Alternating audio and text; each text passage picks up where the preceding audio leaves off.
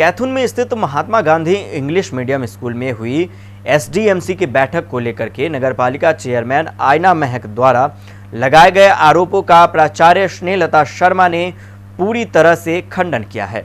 उन्होंने कहा है कि बच्चों की फीस वापस करने के मामले को लेकर आपात बैठक बुलाई गई थी। इसके लिए चेयरमैन को समय पर सूचना दे दी गई थी।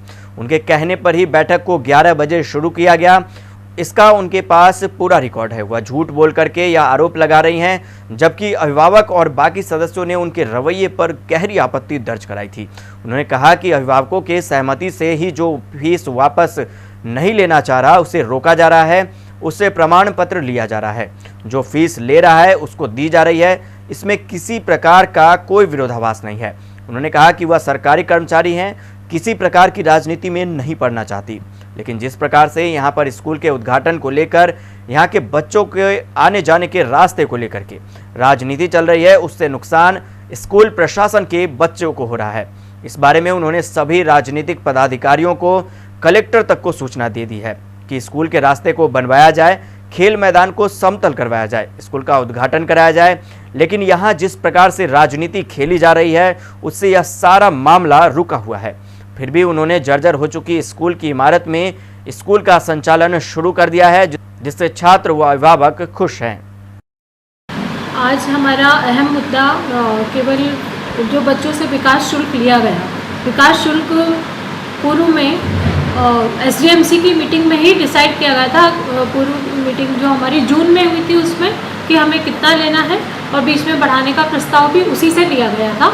और वो विकास शुल्क क्या हमने एक तरह से सबसे सहयोग की राशि दी थी, क्योंकि इस विद्यालय में विकास की बहुत संभावनाएं हैं। कक्षों की कमी, फर्नीचर की कमी और कच्चा ये जो रास्ता है, ग्राउंड में मिट्टी डलवाना, ऐसे बहुत सारे कार्य हैं जो हम विकास के माध्यम से ही करवा सकते हैं। लेकिन अभी क्योंकि ये एक मुद्दा चला है कि आरटीई के तहत बच्चों से फीस नहीं ली जानी है, तो हमने आज पुनः एसडीएमसी की मीटिंग में इस विषय पर चर्चा की। हमारे लगभग 100% जो हमारे सदस्य हैं उनका यही कहना था कि अगर स्वैच्छिक अभिभावकों के द्वारा स्वेच्छा से वो फीस दी गई है तो आप उन्हें ना लौटाएं। किंतु मेरा ये कर्तव्य है कि मैं राज्य सरकार के और अपने विभाग के आदेशों की पालना करते हुए मैं सभी अभिभावकों से पुनः एक बार निवेदन करूंगी कि यदि वो स्वेच्छा से विद्यालय के विकास के लिए ये सहयोग राशि देना चाहते हैं तो वो अपना सहमति पत्र दें, अन्यथा जो वापस लेना चाहेंगे हम उनको बिल्कुल लौटाने के लिए तैयार।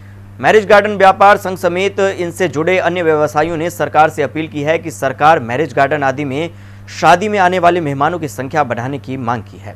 देवली अरब रोड स्थित मैरिज गार्डन संचालक राम मोहन मित्रा ने बताया कि मैरिज गार्डन व्यवसाय से सभी लोग जुड़े रहते हैं, वे चाहे हलवाई हो, बैंड व्यवसाय हो, फोटोग्राफर, टेंट लाइट डेकोरेशन आदि से संबंधित लोगों की रोजी रोटी इसी से चल पाती है। लेकिन पिछले 2 साल से शादी में आने वाले मेहमानों की संख्या घट जाने से मैरिज गार्डन व्यवसाय से जुड़े लोगों को आर्थिक नुकसान उठाना पड़ रहा है। मित्रा ने बताया कि हजारों स्क्वायर फीट के मैरिज गार्डन में सोशल डिस्टेंसिंग अपने आप बनी रहती है। इसी के साथ मैरिज गार्डन का वर्तमान में लाखों रुपए का बिजली का बिल भी आ रहा है।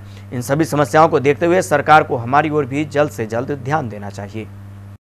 पिछले 2 वर्ष से जो कोरोना की महामारी पूरे देश में है,